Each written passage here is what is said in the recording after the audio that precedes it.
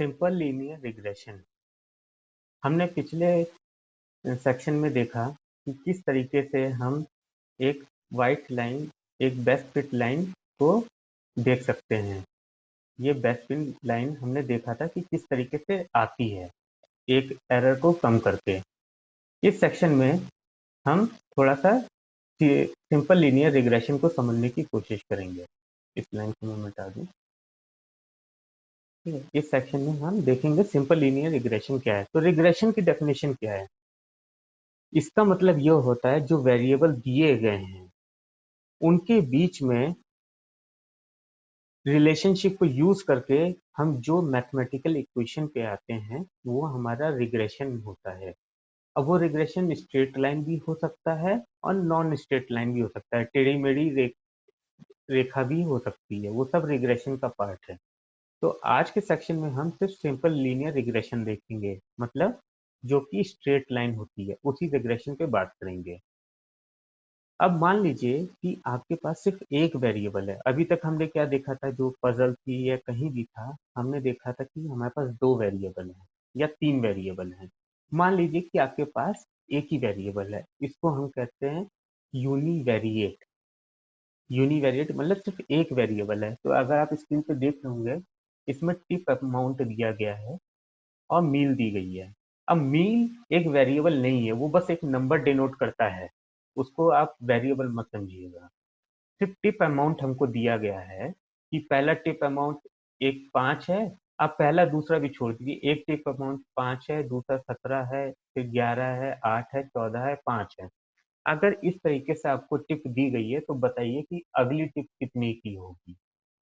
तो उस केस में क्या होता है, जो बेस्ट फिट लाइन जो होती है वो एवरेज होता है, मतलब मीन वैल्यू होती है।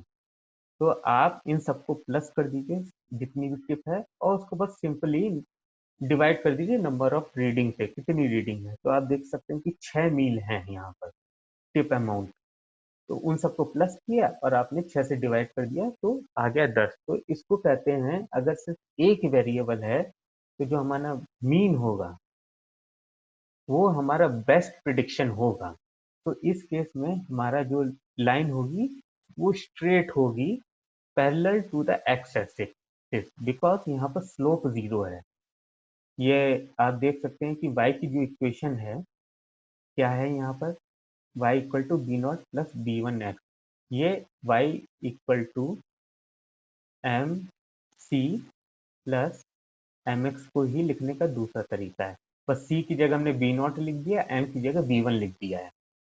ठीक है, तो इसमें कभी कंफ्यूज मत होइएगा। ये कोएफिशिएंट है बी नॉट और बी वन, सी और एम कोएफिशिएंट है, जिसमें से सी आपका इंटरसेप्ट होता है और एम स्लोप होता है। तो इसमें कोई डिफरेंस नहीं है। तो इस केस में मीन वैल्यू जो है, जब mean is the best line होती है उस समय हमारा जो स्लोप है वो जीरो हो जाता है, मतलब लाइन जो होती है वो पैरेलल टू एक्स एक्सिस होती है। तो ये था हमारा यूनिवेरिएट रिग्रेशन। अब हम बाईवेरिएट देखते हैं। बाईवेरिएट केस में क्या होता है,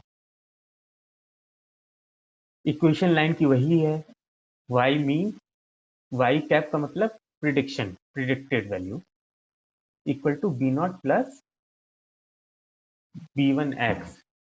वाई क्या है, mean expected value y for a given x, least square criteria. अब ये देखिए कि हमने इस इक्वेशन को पहले ही देखा है, हमने पिछले सेक्शन में इस इक्वेशन को देखा था।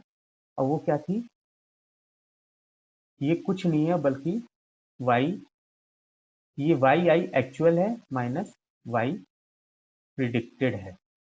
मैंने उस समय वाई पी माइनस वाई ए लिखा था और उसको स्क्वायर कर दिया था। ठीक है, इस समय बस प्लेस चेंज होगी, उसका कोई फर्क नहीं पड़ता, चाहे वाई को इधर लिखिए चाहे उधर लिखिए। ठीक है, तो ये था हमारा minimize the, we need to minimize the term. क्यों मिनिमाइज करना है, for the best fit line. अगर ये हमारा एरर है, इसको आपने नंबर ऑफ रीडिंग से भी डिवाइड किया था एवरेज के लिए। ठीक है, तो वो तो चेंज नहीं होगा, चेंज बस इस इक्वेशन को होना है। तो इसके लिए इसको हम क्या कहते हैं, लीस्ट स्क्वायर क्राइटेरियन, इसको हमें मिनिमाइज करना है। तो फिर अगर इसको हमको मिनिमाइज करना है तो उसी को हम कहते हैं मिनिमाइजिंग द कॉस्ट फंक्शन। इस कॉस्ट फंक्शन को, जो कि पहले आपको दिया गया एरर है, ठीक है, y pred minus y actual square, इसको मिनिमाइज करने का ही हम कहते हैं मिनिमाइज द कॉस्ट फंक्शन। ये दो तरीके से हो सकता है, एक होता है लीस्ट स्क्वायर क्राइटेरियन और दूसरा होता है ग्रेडियंट डिसेंट। ये दो तरीके होते हैं जिससे इस एरर को हम मिनिमाइज कर सकते हैं। अब एक सवाल जरूर आता है कि मिनिमाइज आप कैसे करेंगे।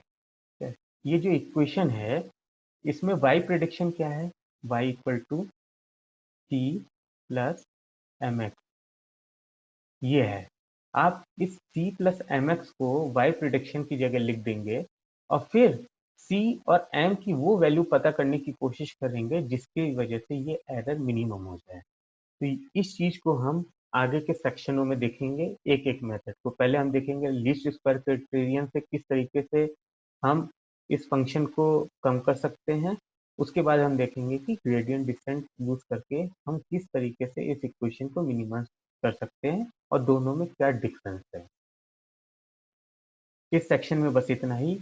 अगले सेक्शन तक के लिए धन्यवाद।